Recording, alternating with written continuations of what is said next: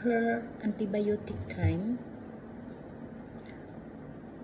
ayaw niya yung may nate-taste siya na hindi maganda, niluluwa niya.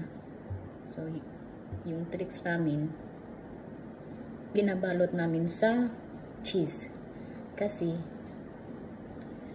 kakainin niya yan, lulunukin, walang nguya-nguya yan. Walang nguya-nguya. Dinidivide ko lang siya into 4. Okay. Yan.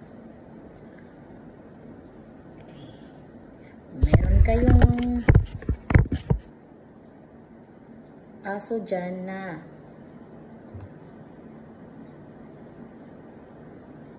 nagmamatalino-matalinuhan. Okay. Kala mo ha?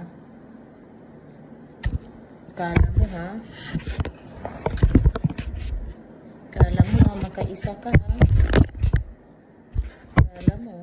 Kaya, last one. Gustong gusto niya yung cheese eh. Excited na excited siya. Wait.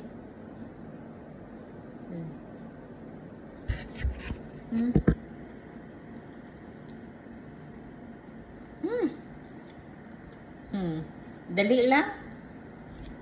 Tonight ulit, ha? Good job.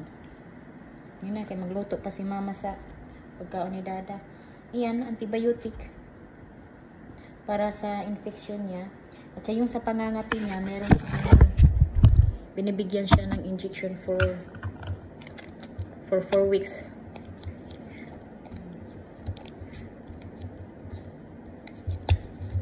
Ayan na. Thank you.